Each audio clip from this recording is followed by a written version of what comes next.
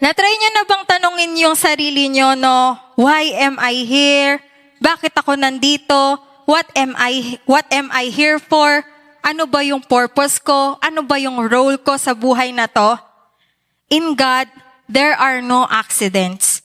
Because everything that happens in your life has been put in place by Him for a specific purpose and reason.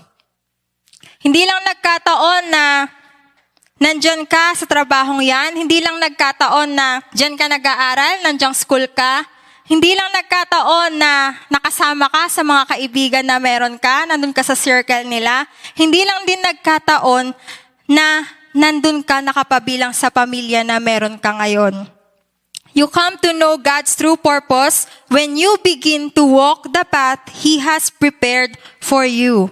Purpose na ang Diyos mismo ang naglagay para sa'yo.